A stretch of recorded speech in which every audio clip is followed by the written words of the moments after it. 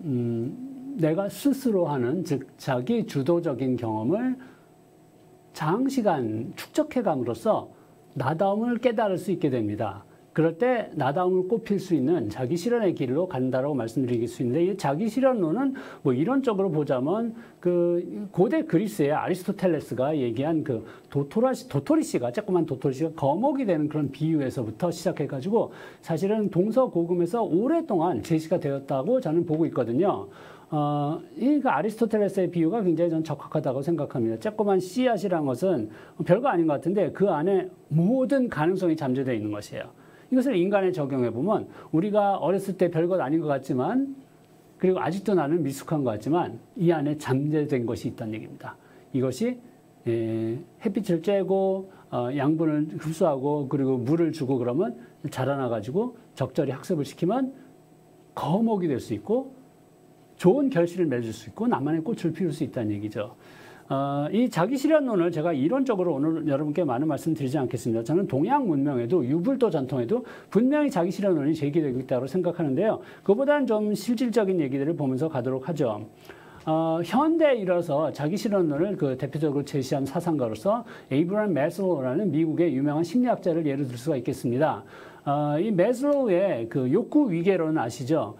그 인간의 욕구가 굉장히 다양한데 그것에 위계를 부여해가지고 이제 저차원 욕구서부터 옆에 있는 것처럼 이게 생리적인 생물학적인 욕구서부터 그 위에 이제 안정 욕구, 그리고 소속 욕구, 인정, 존중 욕구, 그리고 최상위 자기 실현 욕구까지 그 설명을 한 것입니다. 워낙 유명해서 제가 이제 부연 설명하지는 않겠습니다만, 근데 이제 토를 달자면 저는 이제 에이브라함 매슬로우가 굉장히 위대한 사상가라고 생각해요. 단순한 인본주의 심리학자라고만 생각하지 않고요.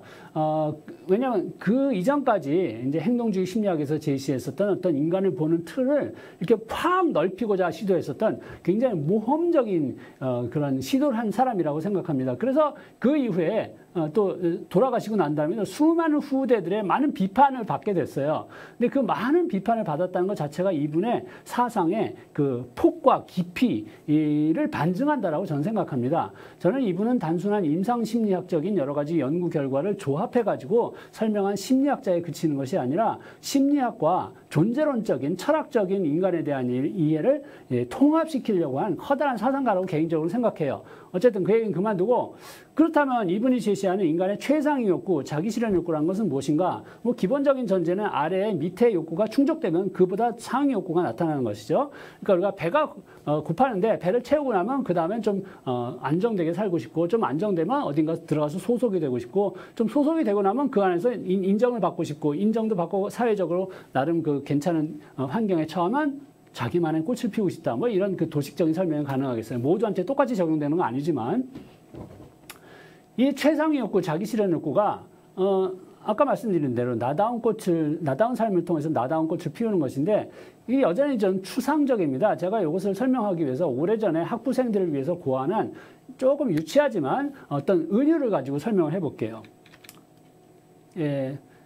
페라리 엔초의 은유입니다. 저 차는 페라리 엔초라는 차예요. 슈퍼카고 나온 지는 오래됐지만 워낙 유명한 차라서 뭐 7, 8억 이상 호가하는 차라고 얘기합니다. 제가 저 차를 소유했다고 상상을 해볼게요. 헛된 상상이지만. 그래서 제가 저 차를 저의 일상생활에서 몰고 다니면서 쓴다고 상상을 해보겠습니다.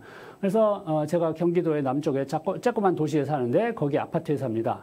저 차를 사려면 그 아파트는 날라가고 없겠죠. 그러나 그냥 샀다라고 상상을 해보고요. 어느 날 아침에 일어나서 페라리 엔초에 딱 이제 눕습니다.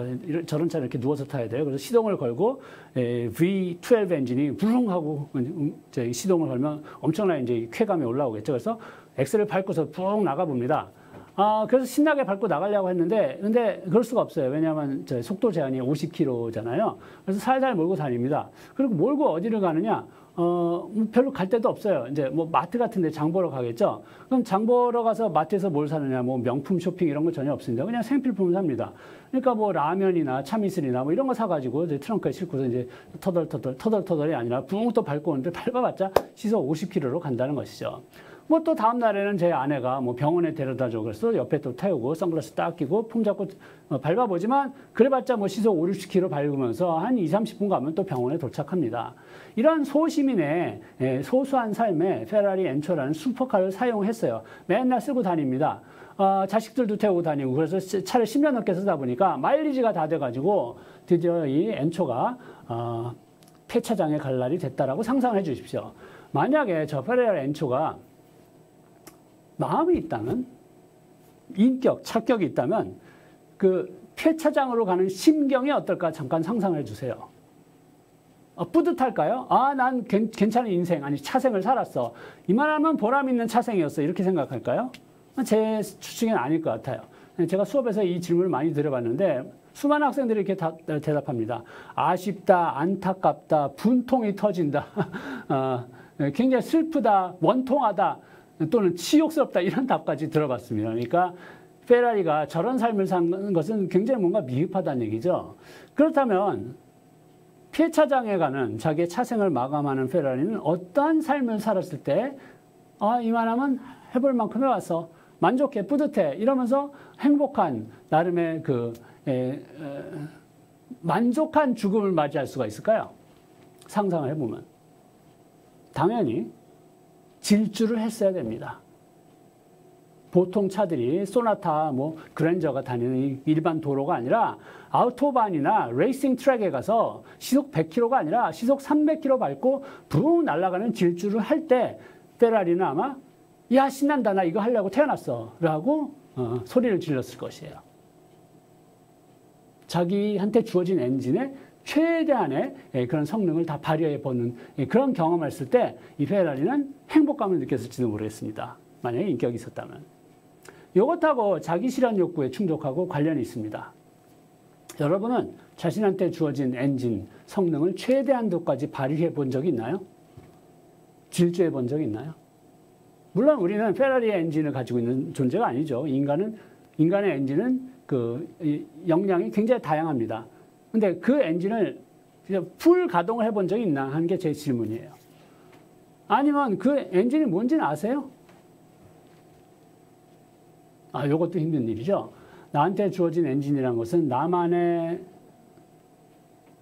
탤런트, 재능, 적성 이것이 통합된 어떤 역량이라고 볼 수 있는데 그거를 충분히 발휘해 봤느냐는 질문에 답할 수 있는 사람이 많지 않다고 저는 생각하고요. 그리고 젊은 시절에 청년기에 내 엔진이 무엇인지를 이미 파악하고 있는 사람은 훨씬 더 수가 적으리라고 저는 추측합니다. 에릭 에릭슨 같은 심층 심리학자도 많은 과거의 위인들의 삶을 정신분석적으로 이제 해석을 했는데 이를테면 마틴 루터라든가 마하트마 간디 같은 역사적인 위인들도 자신의 정체성을 제대로 파악한 것이 거의 한 30세나 다 돼서라고 얘기하니까 만약에 여러분이 20대 중후반이다. 그런데 나의 엔진에 대해서 도저히 감을 못 잡겠다 그렇더라도 결코 좌절하지 마시기 바랍니다. 그건 그냥 자연스러운 지금 상황이고요. 예전에 원시 사회에서는 원시 공동체에서는 10대 때 이런 자신의 정체성을 파악하기 위한 여러 가지 문화적인 장치가 마련되어 있었다라고 볼 수가 있는데 현대에서는 그렇지 않습니다. 우리 10대는 한국의 10대는 자기 엔진을 찾기에 너무 불리한 환경이라고 볼 수 있어요. 입시 경쟁 때문에 그러하죠. 그래서 우리의 자신의 정체성을 찾는 그 작업이 계속 유예돼 와서 20대, 30대 때까지 계속 진행된다라고 저는 생각합니다. 저는 당연히 위인이 아니기 때문에 저의 정체성을 또는 저의 엔진을 언제나 파악하게 되느냐 제 생각에 한 40살 다 돼서 그랬던 것 같아요. 그래서도 또 나름대로 사회에 기여하고 제목도 하면서 먹고 살고 지금까지 살아가고 있으니까 여러분이 아직 40 미만이신데 자신의 엔진에 대한 파악이 미흡하다라고 느끼시더라도 결코 좌절하시지 말라는 말씀을 드리고 싶습니다. 근데 여기에 이제 오해가 있을 수 있어서 제가 한 가지 이제 토를 붙일게요. 이 자신만의 엔진을 풀 가동한다는 게 이게 이런 책의 내용을 가지고 좀 설명하면요. 독일에서 활동하시는 한국의 철학자 한병철 교수께서 과거에 피로사회라는 책을 펼쳐내셨는데 이게 전 세계적으로 상당히 굉장히 각광을 받았어요. 그래서 한국에도 번역판이 나왔습니다만 이 피로사회에서 얘기하는 게 무엇이냐면 우리가 늘 사회의 잣대, 평가에 맞춰서 자신을 이를테면 자기 개발하고 업그레이드 하려고 늘 노력하면서 살기 때문에 뭐 나름대로 사회적인 스펙은 쌓을 수 있을지 모르나 피곤하다는 얘기입니다. 피로하다는 얘기예요. 그러면서 거기에 자신의 본질이 소외되는 그런 불행한 결과를 낳는다는 얘기입니다. 그래서 피로할 뿐만 아니라 만족하지 못하는 그리고 우울해지는 그런 삶을 살게 되는 현대인들의 이런 그 병폐에 대해서 굉장히 예리하게 지적하고 있습니다. 근데 이것하고 비슷한 것이 저는 완전히 똑같지는 않지만 한국의 젊은 층에서 유행하는 갓생하고 또 통하는 게 있다고 생각해요. 저는 자기 실현 욕구를 충족하는 것하고 갓생은 같지 않다라고 말씀드리고 싶습니다. 갓생은 그 나름대로 훌륭한 면이 있어요, 분명히.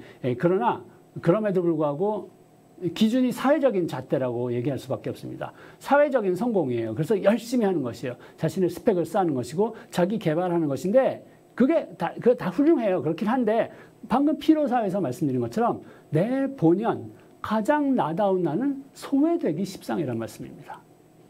그게 갓생의 한계라고 말씀드리고 싶어요. 그래서 한병철 교수께서는 피로사회의 늪에 빠지지 않기 위해서 죽음을 인식하고 나는 뭐 하다 살고 갈 것인가라는 핵심적인 질문을 던져야 하고 철학적인 그 사색에 들어가야 하고 그래서 결국은 삶이란 것이 소소한 일상에서 소박한 일에서 그 만족을 느끼는 그런 행복을 이어가는 것이고 그리고 그것을 통해서 나다움을 꽃피우는 그런 목적을 지향해야 된다는 그런 메시지를 전하고 있습니다. 자기 실현의 그 메시지하고 이제 통한다라고 생각하고요.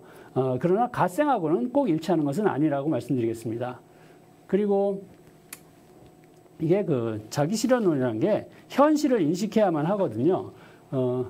아까 제가 페라리의 예를 들었는데 만약에 제가 페라리를 우리 동네에서 몰고 나와가지고 시속 300km를 밟죠. 그럼 어떻게 될까요?